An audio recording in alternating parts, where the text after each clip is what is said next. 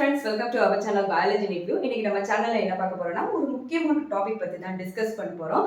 அது வேற ஒண்ணுமே இல்ல, நம்ம NEET 2025 ஓட கிராஷ் கோர்ஸ் இன்னும் கொஞ்ச நாளையில ஸ்டார்ட் ஆக போகுது. கரெக்ட்டா? ஏன்னா இப்ப ஸ்டூடண்ட்ஸ் எல்லாம் நீங்க 12th வந்து பப்ளிக் எக்ஸாம் எழுதிட்டு இருப்பீங்க. இன்னும் ஒரு கொஞ்ச நாளையில அடுத்தது NEET கிராஷ் கோர்ஸ் வந்து என்னது ஸ்டார்ட் ஆகும். நம்ம வந்து அதுல கிராஷ் கோர்ஸ் ஜாயின் பண்ணலாமா வேண்டாமா அப்படி ரொம்ப ஆசிலேட்டரி மைண்டோட இருப்பீங்க. சரியா? நீங்களும் அப்படிதான், உங்களோட பேரண்ட்ஸும் அப்படிதான். ஸோ இந்த நம்ம வீடியோவை பார்த்தா உங்களுக்கு ஒரு ஐடியா கிடைக்கும், கிராஷ் கோர்ஸில் என்னெல்லாம் பண்ணுறாங்க, அப்படி என்னதான் நடக்குது அப்படிப்பட்ட ஐடியா இருக்கும். ஸோ ஈஸியாக நீங்கள் இதுலேருந்து நீங்கள் என்ன பண்ணிக்கலாம், சூஸ் பண்ணிக்கலாம். சரியா?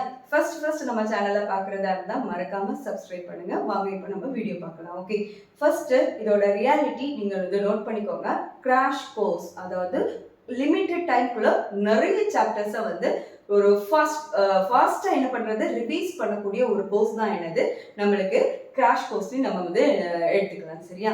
இப்போ பாருங்க 11th and 12th ஓகேயா, கிட்டத்தட்ட பார்த்தீங்கன்னா நீங்கள் 2 வருஷம் படித்ததை வெறும் 40 டேஸ்க்குள்ள நம்ம என்ன பண்ணுறோம், ரிவைஸ் பண்ண போகிறோம்.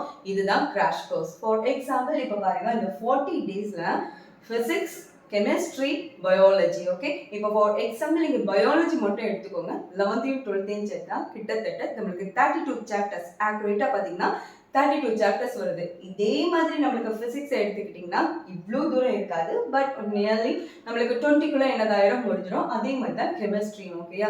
ஸோ இந்த அவ்வளவு சாப்டர்ஸையும் நீங்கள் 40 நாளையில் நீங்கள் என்ன பண்ணணும், ரிவைஸ் பண்ண போகிறீங்க. ஓகேயா?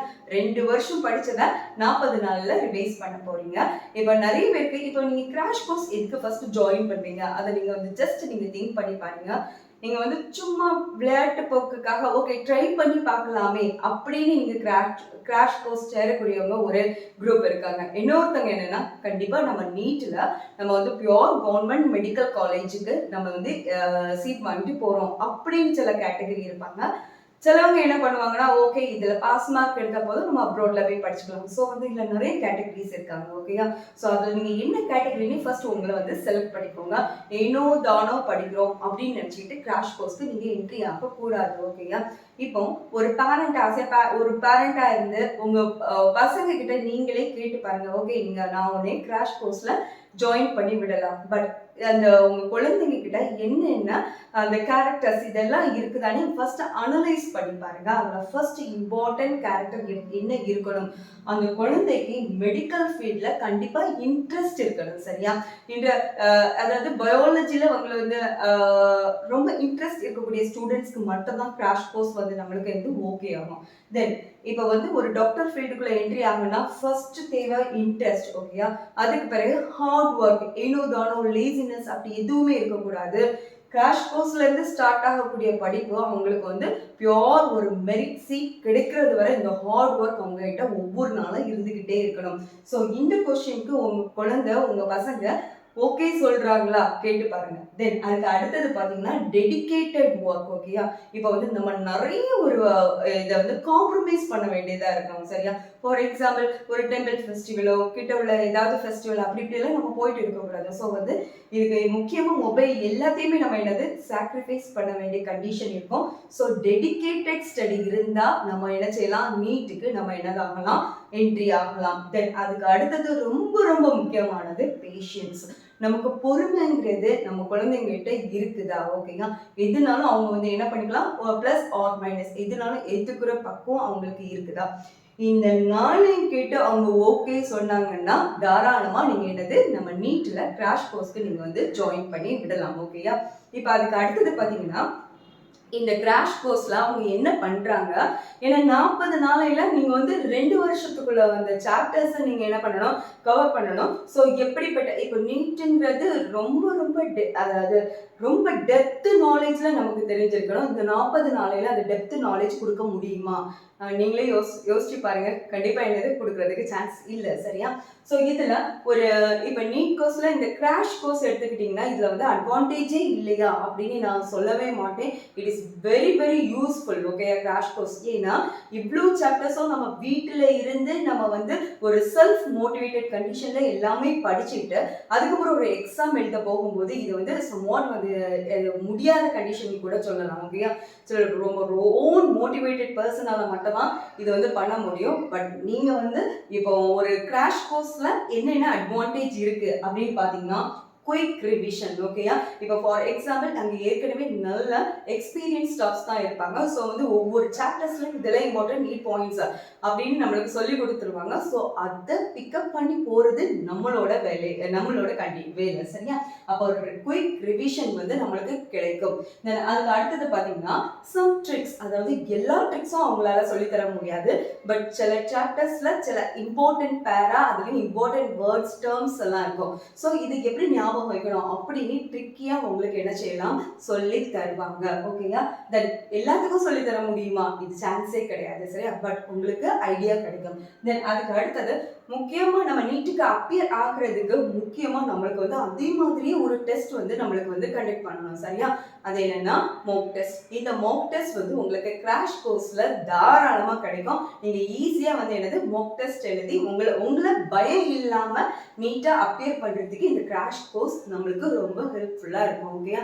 இந்த கண்டிஷன் ஓகேயா இருந்ததுன்னா இதை கண்டிப்பா நீங்க என்ன செய்யலாம், இது அவ்வளோ இன்ஃபர்மேஷன் தான் 40 நாள்ல உங்களுக்கு தேவைக்கு அதிகமாகவே உங்களுக்கு என்னது இன்ஃபர்மேஷன் கிடைக்கும். சரியா?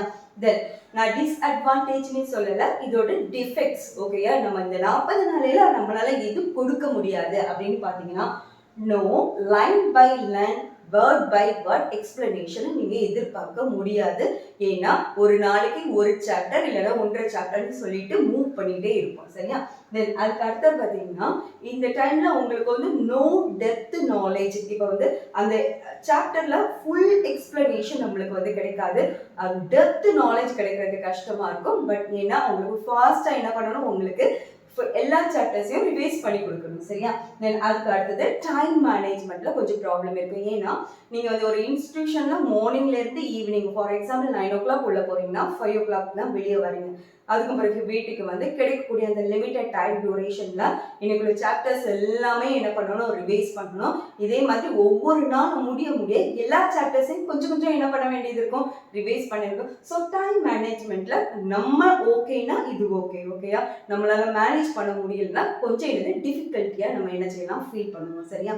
ஸோ இப்போ வந்து எல்லாமே நீங்க வந்து டோட்டலா நீங்க எடுத்து பார்த்தீங்கன்னா கிராஷ் கோர்ஸ் நம்மளுக்கு ரொம்ப யூஸ்ஃபுல் தான். சரியா? ஏன்னா வந்து குறைஞ்ச நேரத்துல எல்லா சாப்டர்ஸையும் நம்ம என்ன பண்ணலாம், ரிவைஸ் பண்ணிட்டு தேவையான இன்ஃபர்மேஷன் ஓரளவு கிடைக்கும். முக்கியமா நம்மளுக்கு கிடைக்கக்கூடியது மோக் டெஸ்ட் நம்மளுக்கு நிறைய கிடைக்கும். சரியா? ஆனா இந்த கிராஷ் கோர்ஸ்க்கு நீங்க உள்ள போகணும்னா இவ்வளோ இன்ஃபர்மேஷனும் உங்களுக்கு என்னது ஓகேனா மட்டும்தான் என்ன செய்யுங்க, இதை செலக்ட் பண்ணணும். ஓகே? ஏன்னா ஒன்று டாக்டர்னு அந்த ஃபீல்டு. ஓகேயா?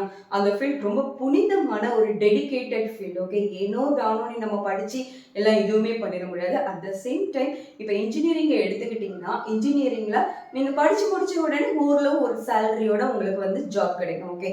பட் டாக்டர் ஃபீல்ட்லாம் இதோட டைம் டூரேஷன் ரொம்ப கூடுதல். ஓகே? அப் டு நீங்கள் சூப்பர் ஸ்பெஷாலிட்டி வர நீங்கள் என்ன செய்யலாம், படிக்கலாம். படித்து முடித்த பிறகு நம்மளோட லெவல் வேற. ஓகே? ஏன்னா ஒரு பேஷண்ட்டை பார்த்தாலே நம்மளுக்கு நான் இந்த காசு அந்த பேஸில் சொல்கிறேன்.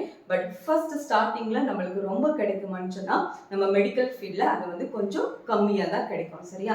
பட் உங்களுக்கு உண்மையிலே ஒரு விருப்பம் இருந்ததுன்னா போக போக உங்களோட லெவல் கூட அந்த நேரம் உங்களுக்கு வந்து என்னது நீங்கள் நினைக்கிறத விட நிறைய அமௌண்ட் வந்து நம்ம என்ன பண்ணலாம், பார்க்கலாம். சரியா? ஸோ வந்து கிராஷ் கோர்ஸை நீங்கள் எடுத்துக்கிட்டிங்கன்னா கண்டிப்பா அது யூஸ்ஃபுல் தான். உங்களுக்கு தேவையா இருந்தா கண்டிப்பா நீங்க என்ன பண்ணிக்கலாம், ஜாயின் பண்ணிக்கலாம். இந்த வீடியோ கண்டிப்பா உங்களுக்கு யூஸ்ஃபுல்லா இருந்தா மறக்காம உங்க ஃப்ரெண்ட்ஸ்க்கு ஷேர் பண்ணுங்க, மறக்காம சப்ஸ்கிரைப் பண்ணுங்க. நாளைக்கு இன்னொரு வீடியோல மீட் பண்ணலாம். Until then, bye from Dr. D. Usha Arasu. Thank you.